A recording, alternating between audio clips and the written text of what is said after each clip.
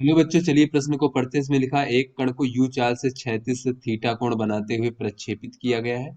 इसके पथ के उच्चतम बिंदु के पास जो है बच्चों, पथ के एक छोटे हिस्से का विचार करें और इसे लगभग वृत्ताकार चाप माने। इस वृत्त की त्रिज्या निकालें। इस त्रिज्या को वक्र की वक्रता त्रिज्या कहते हैं बच्चों, ये इसमें कहा जा रहा है।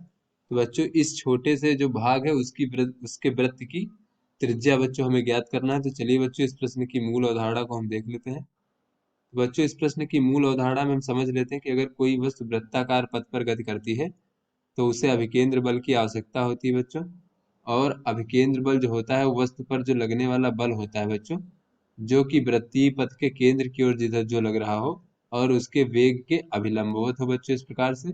तो अगर इसकी चाल v है, पथ की त्रिज्या r है, तो आवश्यक अभिकेंद्र बल जो होता है वो होता है mv का वर्ग भागे r। तो बच्चों ये r त्रिज्या के वृत्त पर v चाल से वृत्तीय पथ पर गति करने के लिए आवश्यक अभिकेंद्र बल होता है। तो चलिए बच्चों अपने प्रश्न को हल करते हैं। तो यहाँ पर बच्चों कहा जा रहा है कि एक हमारा वो कण है जिसको यू चाल से बच्चों इस प्रकार से क्षैतिज से थीटा कोण बनाते हुए, इस प्रकार से बच्चों ये हमारा क्षैतिज हो गया, इससे थीटा कोण बनाते हुए भेजा जा रहा है।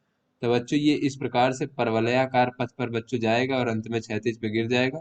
तो बच्चों जो उच्चतम बिंदु होगा, तो बच्चों यहाँ पर अगर हम देखें तो u का जो क्षैतिज घटक होगा बच्चों वेग का, ये हो जाएगा u cos थीटा। और बच्चों जो ऊर्ध्वाधर घटक हो जाएगा ये u sin थीटा।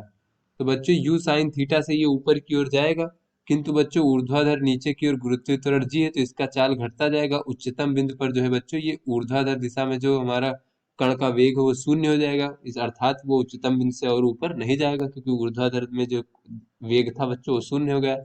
किंतु बच्चों क्षैतिज की दिशा में कोई भी त्वरण या फिर मंदन नहीं, तो क्षैतिज का वेग यू cos थीटा ही रहेगा। तो उच्चतम वेग में जो कण का वेग होगा केवल इस दिशा में होगा बच्चों, और ये होगा हमारा यू cos थीटा। तो इस स्थिति में बच्चों ये ऊर्ध्वाधर नीचे की ओर बच्चों इस प्रकार से mg जो है गुरुत्वाकर्षण बल लग रहा होगा इस पर। तो बच्चों इस स्थिति में अगर हम यहाँ पर छोटा सा भाग लें और उसको हम अगर वृत्ताकार चाप माने बच्चों, इस छोटे से भाग को, तो बच्चों यहाँ पर अगर हम देखें तो ये वेग के अभिलंबवत बच्चों ये हमारा बल लग रहा है इस प्रकार से, गुरुत्वाकर्षण बल। और ये अगर ये जो हमारा वृत्ताकार चाप है इसके पूरा वृत्त देखें बच्चों, तो इस प्रकार से कोई वृत्त होगा बच्चों, वृत्तीय पथ का ये भाग। तो बच्चों इसकी जो गुरुत्वाकर्षण बल है इसकी दिशा जो है इस वृत्त के केंद्र की ओर है। यानी बच्चों ये गुरुत्वाकर्षण बल जो है इस वृत्तीय पथ पर गति के लिए आवश्यक अभिकेंद्र बल प्रदान करेगा बच्चों। तो यहाँ से बच्चों देखें तो ये गुरुत्वाकर्षण बल किसके बराबर हो जाएगा, आवश्यक अभिकेंद्र बल के।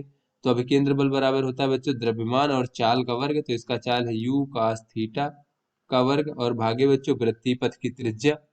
तो बच्चों यहाँ पर वृत्तीय पथ की त्रिज्या हम r मान लेते हैं, यही r का मान बच्चों हमें ज्ञात करना है। इस वृत्त की त्रिज्या निकालें, इस त्रिज्या को वक्र की वक्रता त्रिज्या कहते हैं।